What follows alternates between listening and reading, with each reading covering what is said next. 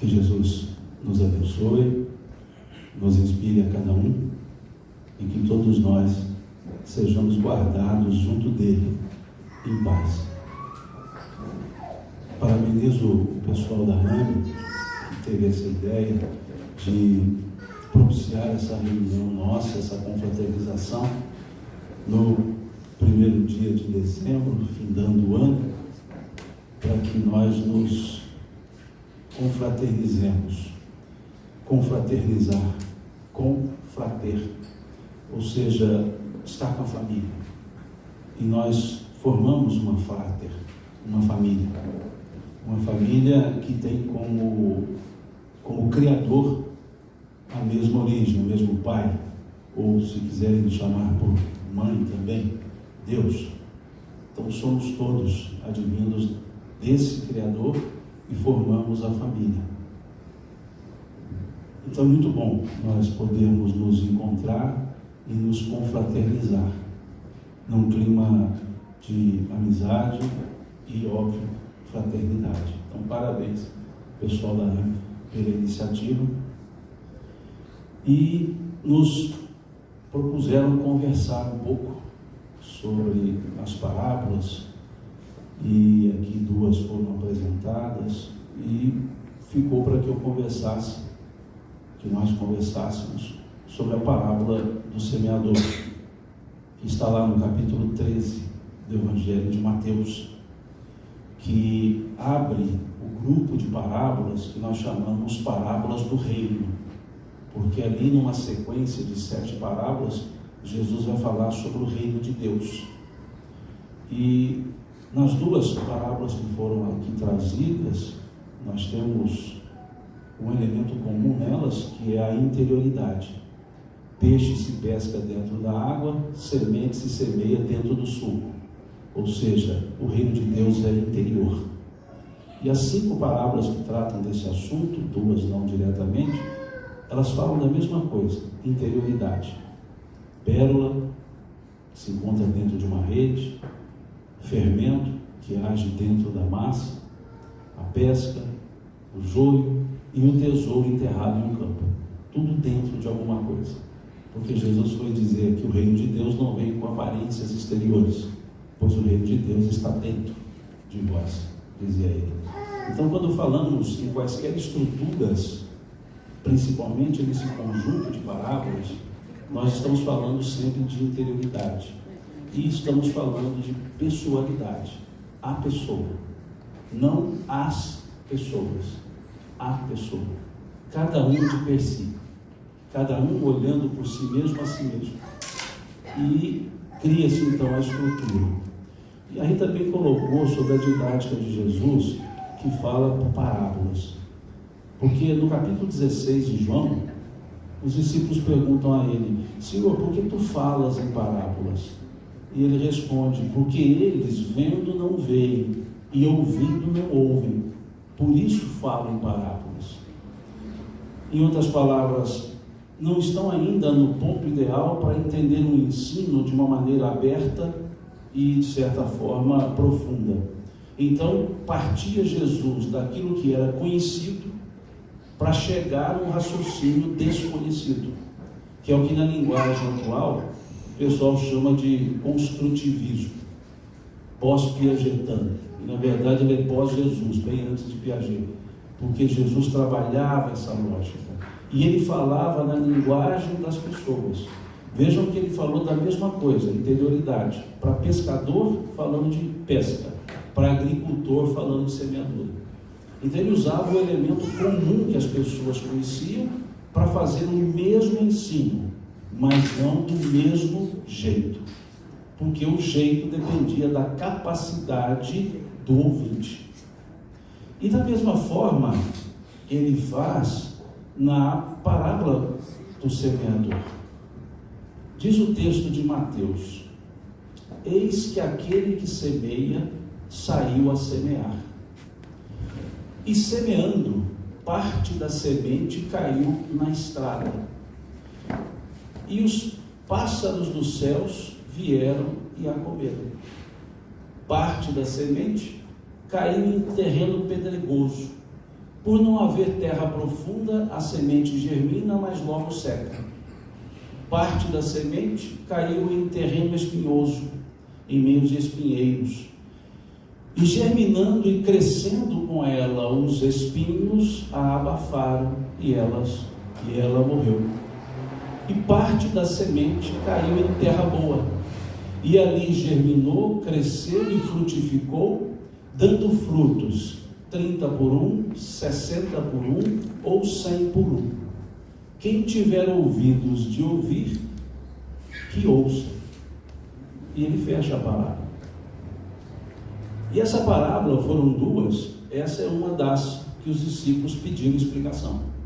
A do joio, e essa também eles pediram. Senhor, nos explique a parábola do semeador. E Jesus faz a explicação, tomando por prisma os solos, apenas os solos, porque era um momento necessário falar da característica dos ouvintes, falar da característica das pessoas.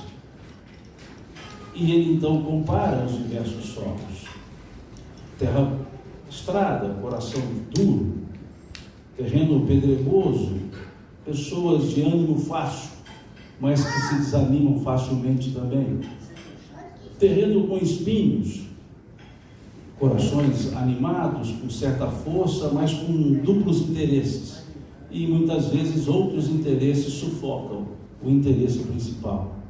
E terra boa, pessoas que cultivam bem, fazem o bem, mas cada uma no seu ritmo e na sua própria capacidade. Por isso, um produziu 30 por 1, outro 60, outro 100, mesmo sendo terra boa. Mas também há um outro prisma que se pode trazer essa parábola, que é um prisma mais aplicável a nós outros, do momento presente. Rita colocou muito bem, que ela disse que a parábola do joio, os verbos estão nos 3 tempos. Há verbos no passado, há verbos no presente, há verbos no futuro, porque de fato parábolas elas são atemporais. Elas não são feitas para uma época, elas são feitas para um fato. E o fato é interpretado ao longo das épocas com os conhecimentos desenvolvidos também ao longo do tempo. Por isso que permitem as parábolas, ao longo dos séculos, serem interpretadas e utilizando elementos do próprio século, e não os elementos quando dá origem da parábola. Então é muito comum analisar parábolas que já foram ditas há centenas de anos, ou milhares de anos, se olharmos as tradições sufi, hindu, que tem parábolas e mais parábolas, e muitas contadas há 2.000, há mais de 3.000 anos. Mas elas são sempre presentes, porque tem essa característica da atemporalidade. E se a gente observar então essa parábola, nós veremos 5 ou 6 elementos na parábola. Nós temos os solos, que são 4, temos a semente e temos o que semeou, a pessoa que semeia. Então nós temos esses 6 elementos.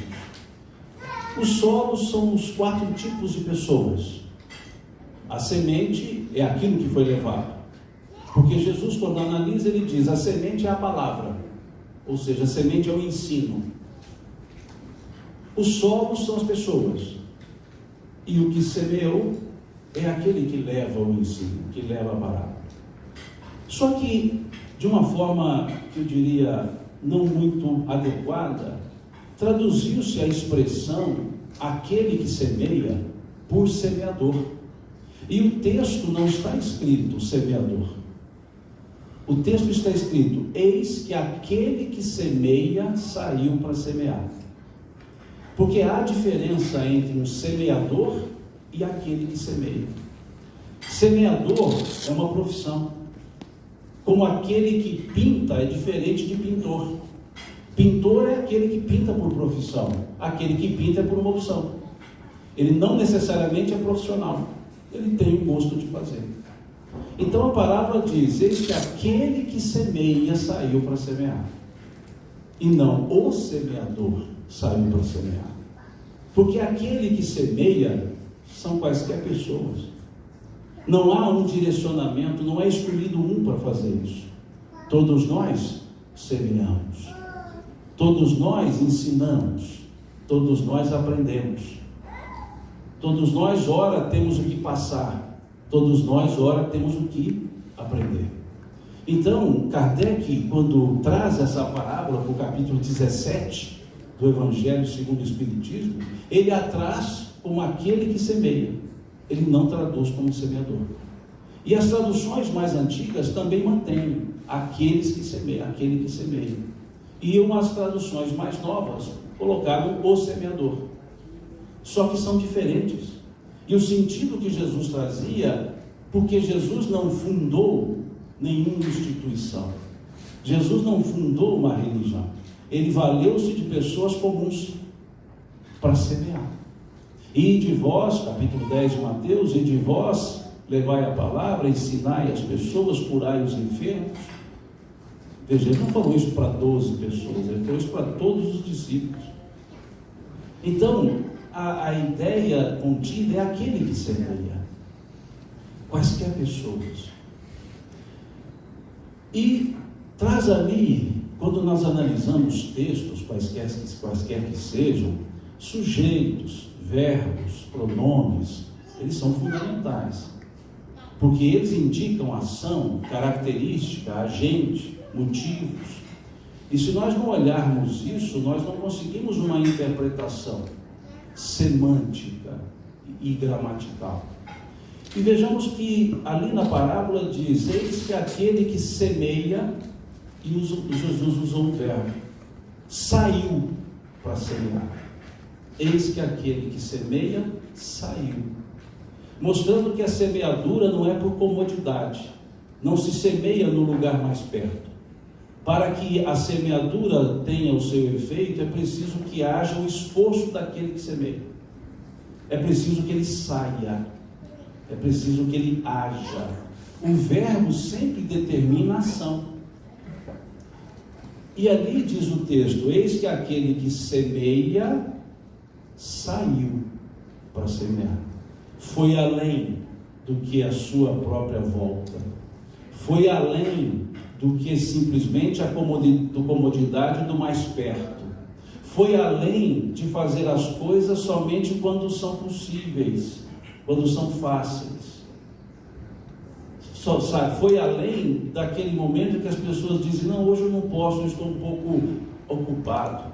Não, eu não posso porque eu estou com os meus problemas, não posso ajudar nos seus. E o verbo ali é para dizer: aquele que semeia vai ao encontro do que precisa. Saiu. E o texto é interessante que ele não diz que aquele que semeia voltou. Não tem um verbo retornar. Porque quando se semeia, sai para fazer, mas não volta. Sempre é para frente.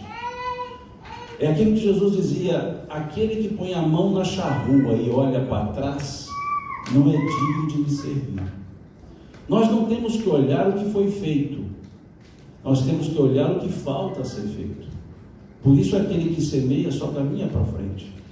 É o para frente no sentido de o que falta para fazer, e não interessa o que já está feito. É sempre para frente.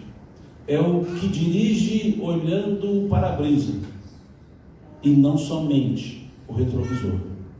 Ninguém vive de glórias passadas nem de frustrações passadas, mas de oportunidades futuras.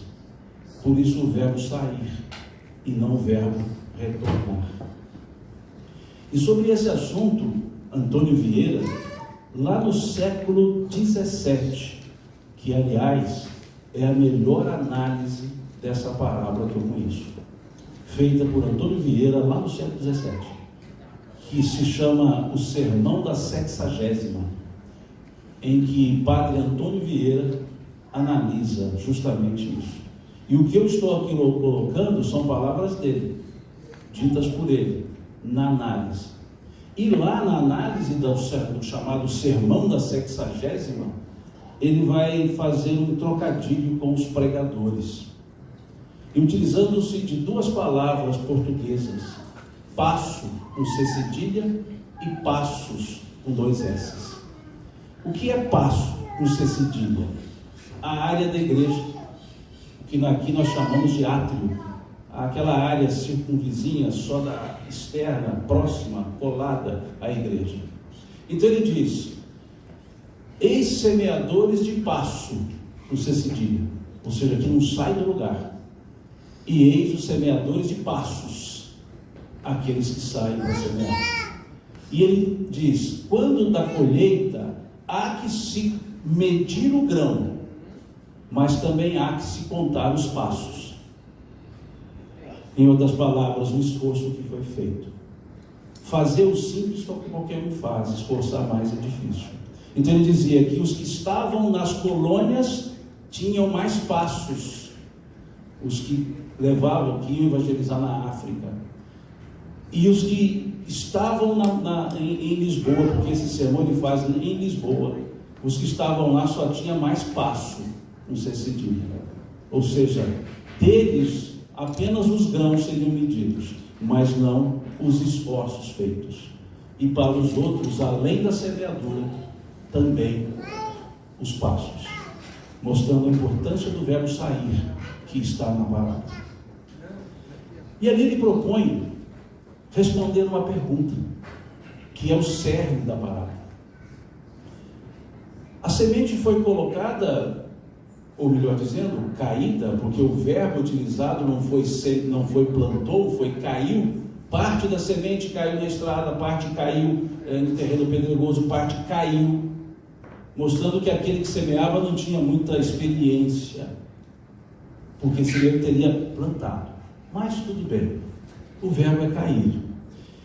E ali ele faz a proposta: já que a semente foi semeada, foi colocada, por que ela não frutificou em todos os solos? É a pergunta que se faz. Por que a semente não frutifica em todos os solos? E ele se propõe a responder essa pergunta usando só 3 elementos da parábola e não saindo deles. Ele quer explicar, ele quer responder por que a semente não frutifica em todos os solos, usando só os 3 elementos que estão na parábola: os solos, a semente e aquele que semeava. Porque dizia ele, não existe mais, só os 3. Então a resposta só pode estar em um dos 3. E ele propõe analisar a semente. E essa pergunta que ele faz, ela é interessante, porque é uma pergunta que nós podemos fazer para nós, os espíritas. Olhando o capítulo 6 do Evangelho segundo o Espiritismo. Quando se tem ali no capítulo 6 que o Espiritismo é o consolador prometido. E não há dúvida nisso. O Espiritismo é o consolador prometido. Mas a pergunta é: em sendo e é o consolador prometido, por que os espíritas, em grande maioria, não estão consolados? É a mesma pergunta que Antônio Vieira fez. Por que a semente não frutifica em todos os solos?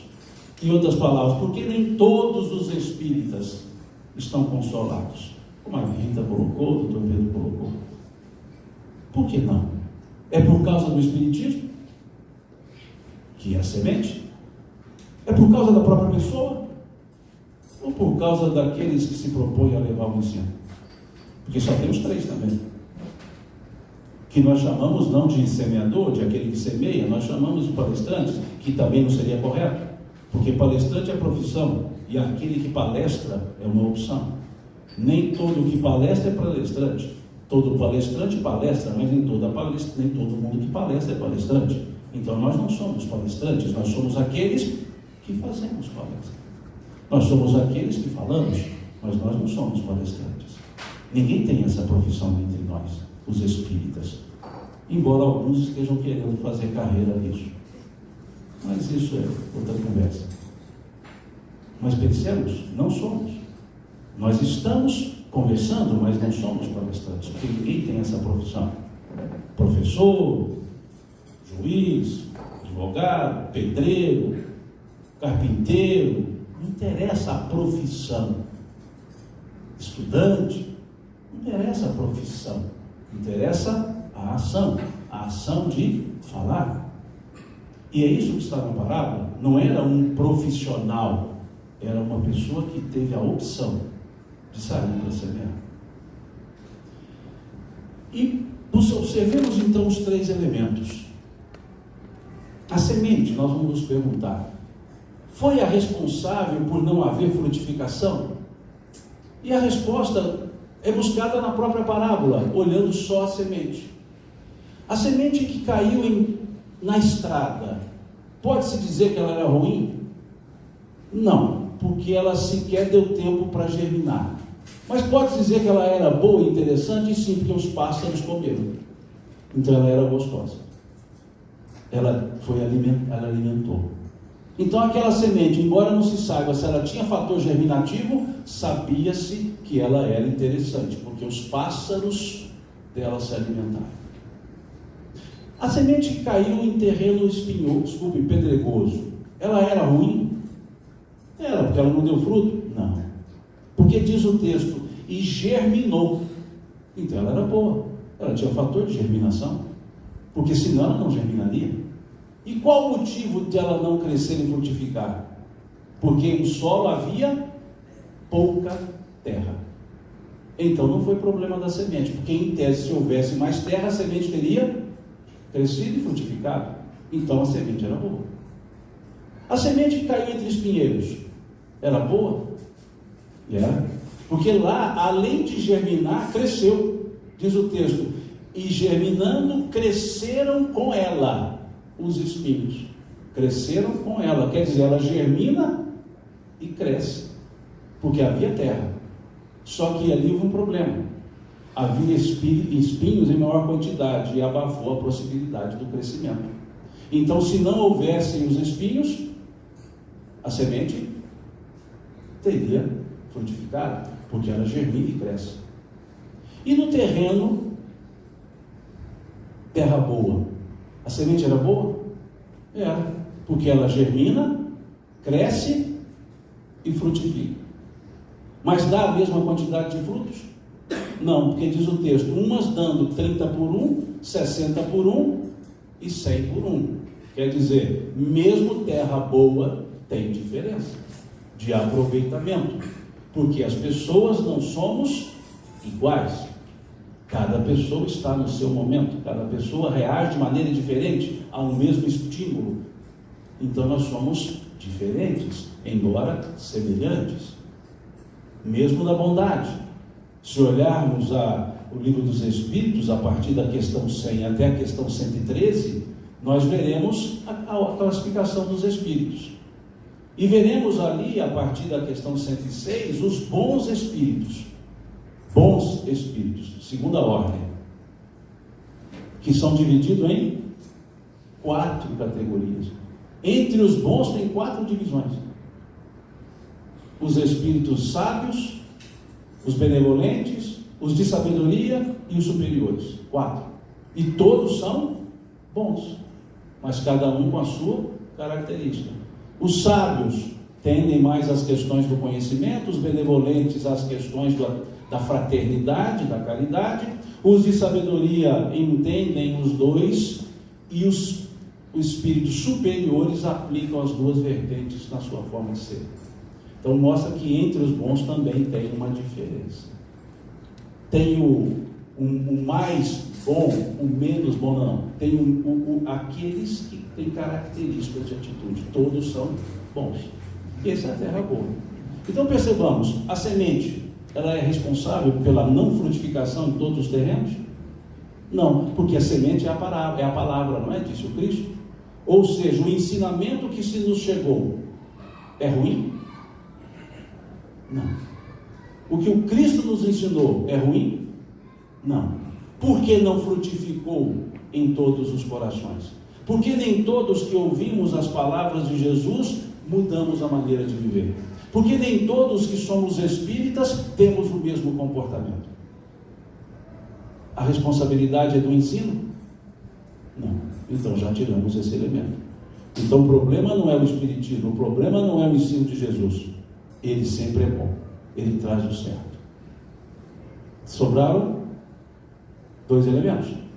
Já tiramos a semente. Qual o outro elemento que nós temos? O terreno, os solos.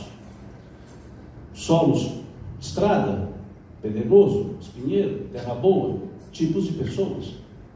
Pessoas com o coração um pouco duro, pessoas de ânimo fácil e desânimo mais fácil ainda. Pessoas com interesses vários que optam pelos mais interessantes no sentido visual e pessoas dispostas a servir. Os 4 tipos de solos. Mas podemos dizer que essas pessoas são ruins? Com base na parábola? Vamos avaliar. Pessoas estrada. Bom, primeiro que estrada é local onde se semeia semente. É o ideal. Não jogueis pérolas aos porcos, disse Cristo. Se olharmos o capítulo 3 do livro dos Médiuns, nós veremos uma pergunta, Kardec perguntando a São Luís: é lícito, é justo tentar convencer um incrédulo obstinado? E eles dizem: depende da natureza da incredulidade.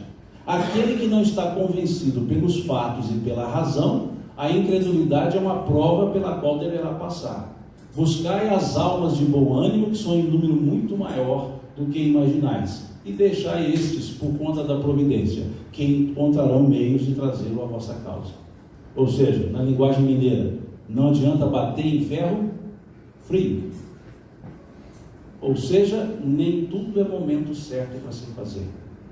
Então aquelas pessoas não eram ruins, elas não estavam preparadas para o ensino. Não estavam no momento de entender.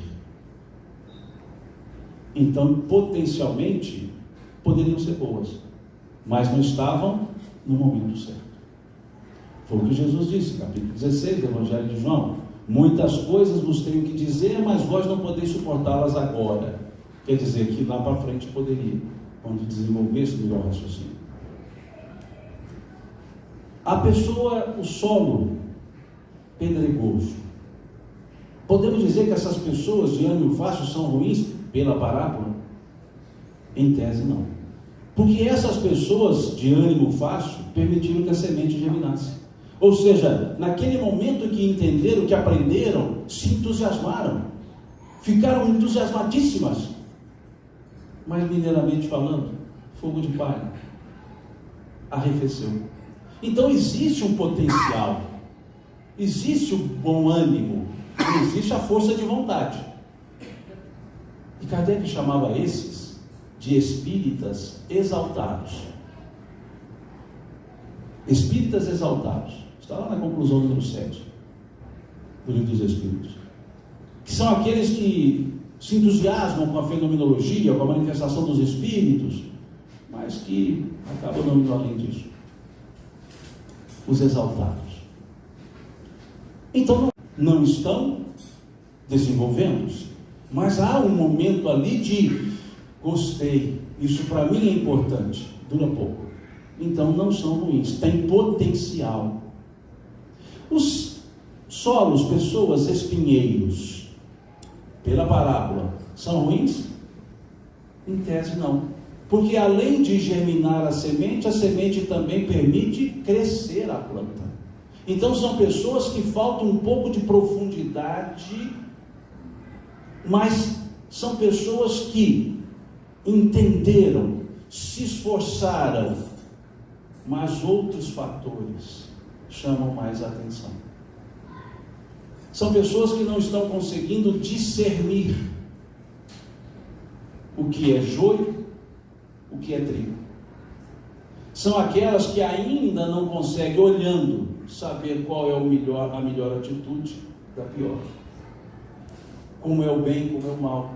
Como disse o apóstolo Paulo aos Coríntios: o bem que eu quero eu não faço, o mal que eu não quero eu faço. São essas pessoas espinheiras. Então, potencialmente, não são ruins. E a terra boa?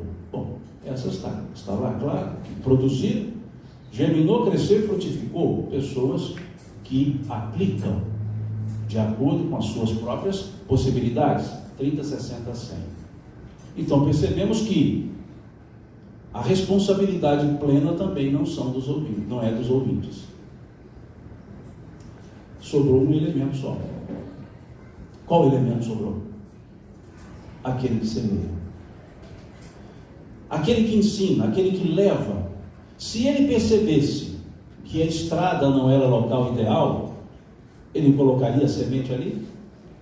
Não, ele aguardaria o momento. Quando a pessoa percebe que não é momento, ela não insiste no ensino. Ela não invade a consciência alheia. Por isso Jesus foi dizer: aquele que quiser vir após mim, renuncie-se a si mesmo, pegue a sua cruz a cada dia e siga. Aquele que quiser, porque o ensino não pode invadir a consciência alheia. Então, se observasse isso, não teria semente sido colocada ali. Se percebesse naquele terreno pedregoso que faltava terra, e aquele que semeou levasse mais terra, essa semente teria frutificado. Faltou foi terra. Ou, de outras palavras, se houvesse um pouco mais de dedicação, se houvesse um pouco mais de esforço, que Jesus demonstrou, quando ele deixa um monte de gente que ele poderia estar atendendo em Cafarnaum e vai para Gadara para atender uma pessoa só. Cruza o mar da Galileia, 4 horas mais ou menos, navegando, para chegar numa cidade para atender uma pessoa só, que o Evangelho sequer traz o nome, chama de um endemoniado gadareno, mostrando que a dedicação não é para coletividades, é para individualidades. Ele foi para cuidar de uma pessoa. Ele podia ter cuidado de várias pessoas, mas cuidou de uma e foi até ela. Como aconteceu com o centurião, que Jesus estava sentado na hora 9, 3 da tarde, à sombra, e chega um centurião dizendo: Senhor, meu servo está doente em casa. E Jesus diz: vamos até sua casa. Ele não diz assim: espera o sol acalmar. Não, vamos lá agora. Esse é o que semeia, que percebe que falta terra e põe mais terra, para que não se perca a semente. Aquele que semeia e semeou em terrenos espinhosos, se percebesse que os espinhos precisavam ser tirados para proteger aquela semente, ela teria frutificado. Que é quando nós não nos preocupamos com a qualidade do que levamos e deixamos que fatores externos sejam mais interessantes do que aquilo que se está fazendo. Observemos nas escolas. A criança vai para a escola por divertimento. Criança em férias, ela fica triste, porque ela quer ir para a escola, porque a escola está muito bem preparada para atender criança. Então, para a criança, a escola é um divertimento. Pergunta aos adolescentes. A escola é uma tortura, porque ela não se preparou para essa outra realidade. E a mesma coisa, nós temos a evangelização da infância na casa espírita, cheia de criança, mas como é que estão os adolescentes para a juventude? Diz assim: sumiram, porque não se adaptou para recebê-los. Não tirou os espinhos. Por quê? Porque para a juventude o ensino lá fora é mais rápido, mais prático, tem mais didática, tem uma tecnologia e chama mais atenção. E nós ainda continuamos no discurso vazio, teórico. Isso são os espíritos. Então, aquele que se propõe a ensinar, dizia o apóstolo Paulo, se tua tarefa é ensinar, ele fala isso aos Colossenses, haja dedicação ao ensino, dizia ele. E então, nesse ponto, se aquele que semeia percebesse, ele tentava mostrar que as coisas externas são menos importantes do que a coisa interna. E é então a terra boa, que foi colocada a semente, ela germina. Então, dos 3 elementos, propõe-nos Vieira que o problema está naquele que se propõe a levar. Muitas vezes não se preparou o suficiente e não se imbuiu dos propósitos que ele coloca na voz, que ele coloca no texto, porque em si mesmo ele não vive, ele não sente esses propósitos. E aquilo que não se tem nunca será dado, porque ninguém dá o que não tem. Então é preciso que entendamos isso. e nos envolvamos com aquilo que dizemos acreditar, aí sim, o consolo se faz. Na atitude daquele que se abre, na atitude daquele que proporciona digamos que a transferência daquilo que os Espíritos trouxeram. Quando se propõe a escrever um livro, quando se propõe a fazer uma fala, quando se propõe a um diálogo, é preciso que haja envolvimento, sentimento com aquilo que se está fazendo. E é isso que faltou naquele que saiu para semear. Porque o semeador não é Jesus. Aquele que semeia, desculpe, não é Jesus. Jesus é o semeador. Ele sim é o semeador. Mas nós outros somos tão somente aqueles que saímos para semear.